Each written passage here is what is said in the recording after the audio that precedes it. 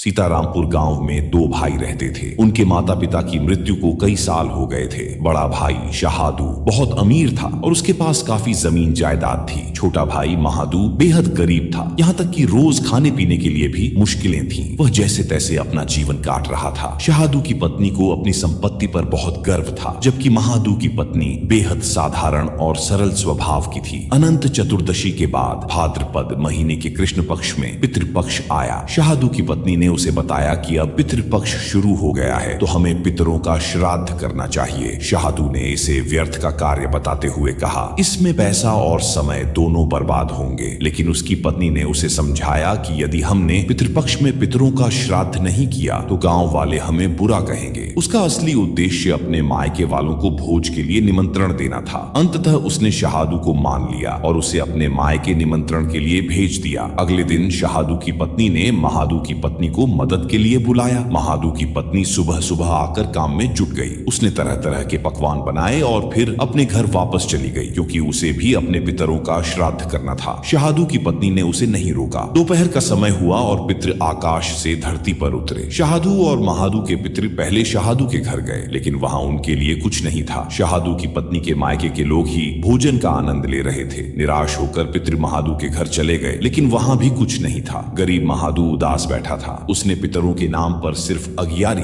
दीप जला कर दी थी। पितृ भूखे रह गए और नदी किनारे जाकर बैठ गए। कुछ समय बाद सभी पितृ एकत्रित हुए और अपनी अपनी श्राद्ध कथाएं सुनाने लगे। शहादू और महादू के पितरों ने भी अपनी व्यथा सुनाई। बाकी पितृ कहने लगे, यदि महादू समर्थ होता तो वह हमें भोजन कराता, लेकिन उसके पास कुछ भी नहीं था, इसलिए उसने कम से कम तुम्हारे नाम पर अगियारी जलाई। लेकिन जिसके पास सब कुछ था उसने तुम्हारे नाम पर कुछ भी नहीं किया। ये सुनकर सभी पितृ महादू की स्थिति पर विचार करने लगे और उसे देखकर दया आई। अचानक वे गाने लगे और नाचने लगे। महादू का घर धन धान्य और संपत्ति से भर गया। शाम हुई और महादू के बच्चे भूखे थे और उन्होंने अपनी माँ से कहा, हमें कुछ खाने को दो। आज सबके घरों में तरह तरह के पकवान बने हैं, हमें भी वही खाना है। बच्चों को टालने के लिए महादू की पत्नी ने कहा, आंगन में उलटे रखे कुंड हैं, जाओ उन्हें खोलो और जो मिलेगा उसे बांटकर खा लेना। बच्चे खुश होकर आंगन की ओर दौड़ पड़े। उन्हें लगा कि माँ ने सचमुच कुछ स्वादिष्ट बनाया है। जब बच्चे वहां पहुंचे तो उन्होंने देखा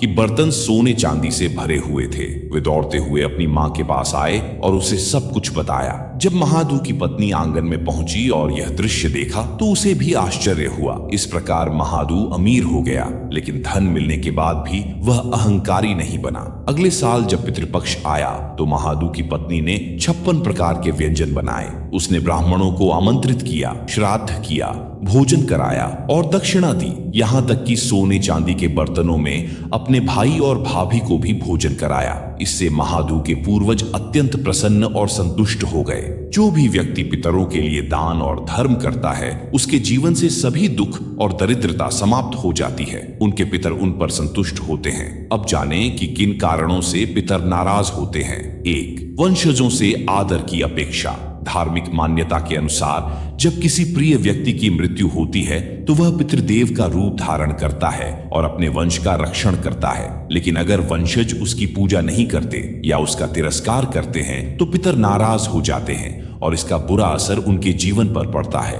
2.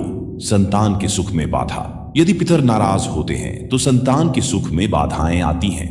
अगर एक ही संतान हो तो वह समस्याओं का सामना कर सकती है। 4. काम में अड़चने। यदि आपके काम में लगातार बाधाएं आ रही हों और कोई भी काम सफल नहीं हो रहा हो तो यह पितर दोष का लक्षण हो सकता है। 5. घर में झगड़े। शास्त्रों के अनुसार घर में बार बार झगड़े होना भी पितृदोष का कारण माना जाता है। 6. अचानक नुकसान। यदि पितर नाराज होते हैं तो जीवन में अचानक बड़े नुकसान होते हैं। आर्थिक समस्याओं का सामना भी करना पड़ता है। यदि आप पितृदोष से मुक्ति पाना चाहते हैं तो इसके उपाय हैं, पितृपक्ष में दान करें, गाय को दान दें और शांति के लिए विशेष विधि करें। यह वीडियो कैसा लगा प्लीज कमेंट बॉक्स में बताइए और चैनल को सब्सक्राइब कर दीजिए। जय श्री कृष्ण।